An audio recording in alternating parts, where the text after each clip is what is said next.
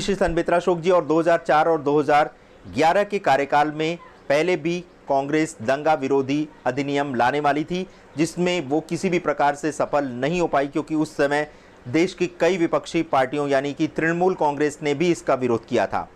लेकिन अब चूंकि सारे विपक्षी दल एक साथ आ गए हैं, एक मंच पर आ गए हैं, ऐसी स्थिति में दंगा विरोधी अधिनियम भी सत्ता में आने के बाद कांग्रेस पारित कर सकती है। हम अपने दर्शकों को इस दंगा विरोधी अधिनियम के बारे में बता दें कि इस दंगा विरोधी अधिनियम में इस बात का प्रावधान है कि यदि कहीं भी सांप्रदायिक दंगा होता है तो उसमें बहुसंख्यक आबादी को ही दोषी माना जाएगा। यदि अल्पसंख्यक समुदाय का कोई भी व्यक्ति बहुसंख्यक समुदाय के किसी भी महिला का रेप करता है, बलात्कार करता है, तो इस पर भी कोई कार्रवाई नहीं की जाएगी। इसको भी एक तरह से मूक सहमति दी गई है, एक तरह से उसको ये कहा गया है कि वो ऐसा कर सकता है।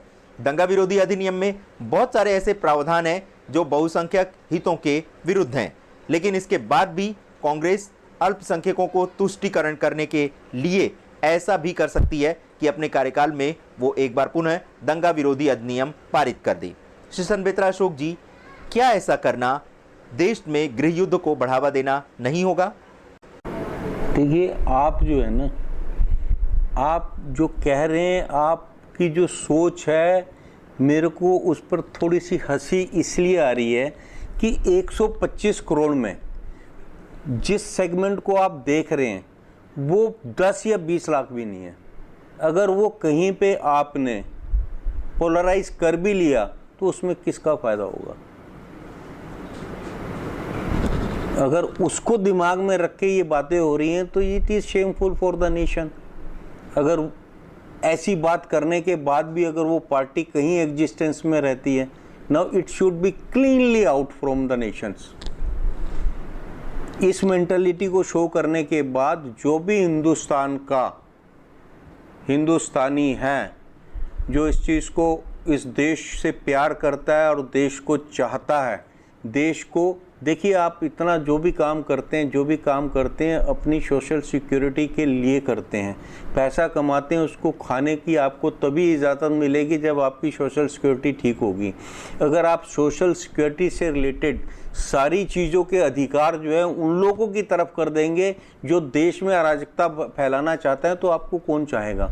वो मुट्ठी भर लोग तो नहीं कर सकते। अगर वो होता तो आज देश में राज ही अराजक तत्वों का होता।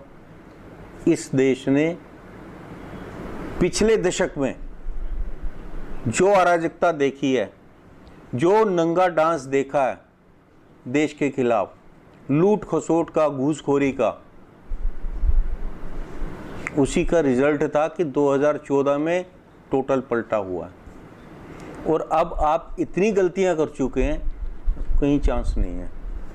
जी श्री संबित्रा अशोक जी, तो इस चर्चा के लिए आपका बहुत बहुत धन्यवाद। और हम अपने सभी दर्शकों से इस बात का अनुरोध करेंगे कि कम से कम वो अपने बच्चों के भविष्य को देखते हुए, उनके प्राणों और उनके जीवन को देखते हुए इस प्रकार के लुभावने घोषणा पत्र पर कभी भी मतदान मत करिएगा, चाहे वो आप किसी भी धर्म के हों, किसी भी समुदाय के हों, किसी भी विचारधारा के हों, क्योंकि देशद्रोह की जो गतिविधि है वो कोई भी कर सकता है। वो हिंदू भी कर सकता है, वो मुस्लिम भी कर सकता है।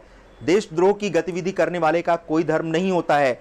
इसलिए यदि हमारे मुस्लिम भाई यदि इस बात पर एक प्रकार से प्रसन्न हो रहे हैं कि कांग्रेस ने ऐसा करके उनके लिए कोई हितकारी घोषणा की है, तो कृपया इस लुभावने घोषणा पत्र के वादे में मत पड़िएगा। क्या आपको ये नहीं लगता, क्या हमारे मुस्लिम भाइयों को नहीं लगता कि ऐसा करके कांग्रेस जैसी पार्टी ने इस बात की सार्वजनिक रूप से घोषणा की है कि मुस्लिम देशद्रोही होते हैं, क्योंकि ये घोषणा सिर्फ एक वर्ग को प्रसन्न करने के लिए ही की गई है। क्या आप अपने आप को देश प्रेमी नहीं मानते? इस बात पर भी विचार करिएगा कि यदि कोई हिंदू भी यदि देशद्रोह की गतिविधि करता है तो क्या ये आपके जीवन पर एक बहुत बड़ा संकट नहीं ला सकता है?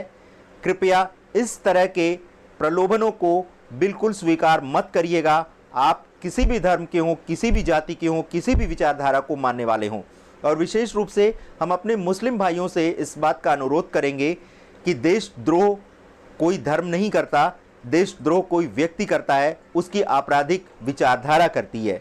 और यदि मान लीजिए इस तरह की धारा समाप्त कर दी जाएगी तो क्या आपको नहीं लगता कि आपके जीवन पर एक बहुत बड़ा संकट आने वाला है, आपके देश पर एक बहुत बड़ा संकट आने वाला है?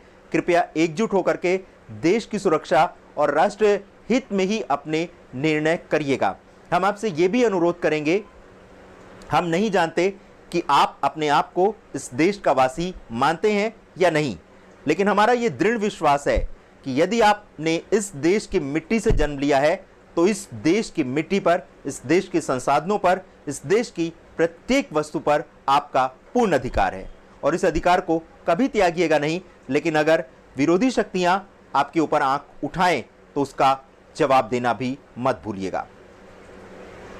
आपको हमारा यह प्रयास कैसा लगा? आप अपनी राय हमारे व्हाट्सएप नंबर 7905414965 पर दे सकते हैं।